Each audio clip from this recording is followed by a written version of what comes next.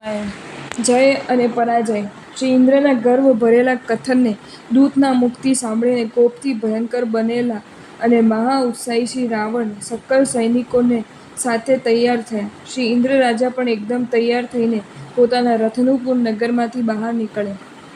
કારણ કે વીર પુરુષો અન્ય વીરોના અહંકાર રૂપ આડંબરને સહન કરતા જ નથી.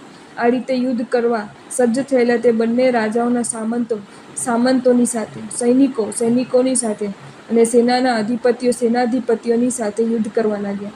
જેમ સંવર્ત અને પુષ્કરાવર્ત મેઘોનો પરસ્પર સંફેટ થાય તેમ તે બંને રાજાઓના શસ્ત્રો વર્ષાવતા સૈન્યોનો પરસ્પર સંફેટ થયો. આ વખતે મચ્છરો જેવા ગરીબડા આ સૈનિકોને મારવાથી શું?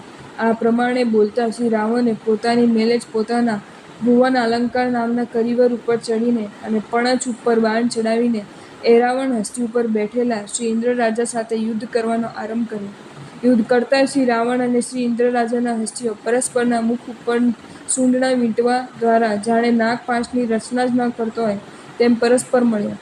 અરણીના કાષ્ઠને પરસ્પર અફાળવાથી જેમ અગ્નિના તણખા ઉત્પન્ન થાય તેમ અગ્નિના તણખાઓને ઉત્પન્ન કરતા તે બંને મહાપરાક્રમી હસ્તીઓ પરસ્પર દાંતોથી દાંતોને હણવા લાગ્યા.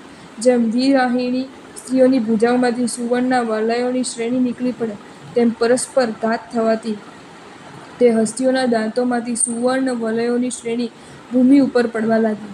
જેમ હાથીઓના ગંડસ્થળોમાંથી નિરંતર મદની ધારાઓ વર્ષ્યા કરે તેમ તે હસ્તીઓના દંતોઘાતોથી છૂંદાઈ ગયેલા પ્રાણીઓમાંથી નિરંતરપણે લોહીની ધારાઓ વરસવા લાગી.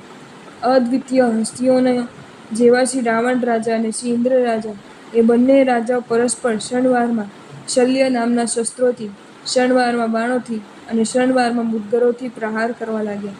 તે મહાબલવાન રાજાઓ પરસ્પરના અસ્ત્રોથી છેદતા હતા અને પૂર્વનો સાગર પશ્ચિમના સાગરથી અને પશ્ચિમનો સાગર પૂર્વના સાગરથી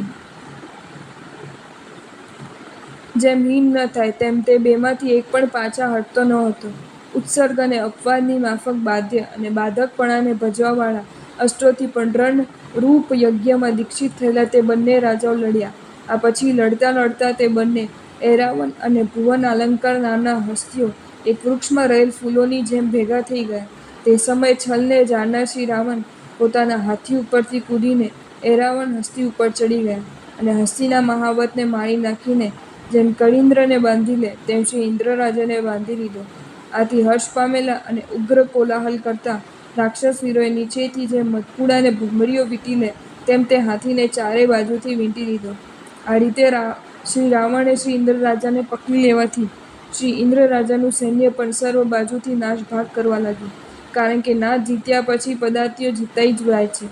શ્રી ઇન્દ્ર રાજા ઉપર જીત મેળવ્યા પછી શ્રી રાવણ ઇન્દ્ર રાજાને તેના એરાવન હસ્તીની સાથે પોતાની છાવણીમાં લઈ ગયા અને પોતે શ્રી વૈતાળ્ય પર્વતની શ્રેણીઓને વિષય નાયક થયા.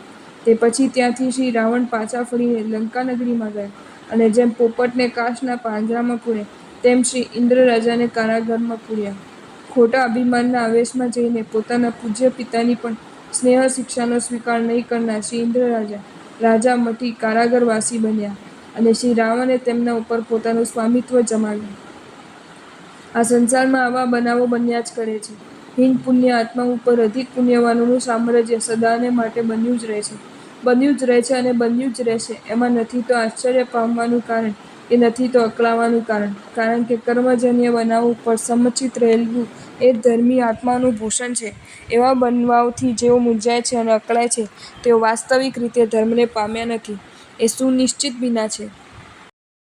જો તમને આ વિડીયો ગમ્યો હોય તો આ વિડીયોને લાઈક કરો અને શેર કરો અને આવા જ નવા નવા વિડીયો જોવા માટે જૈન ફેક્ટ્સ એન્ડ સ્ટોરીઝની ચેનલને સબસ્ક્રાઈબ કરો. ધન્યવાદ.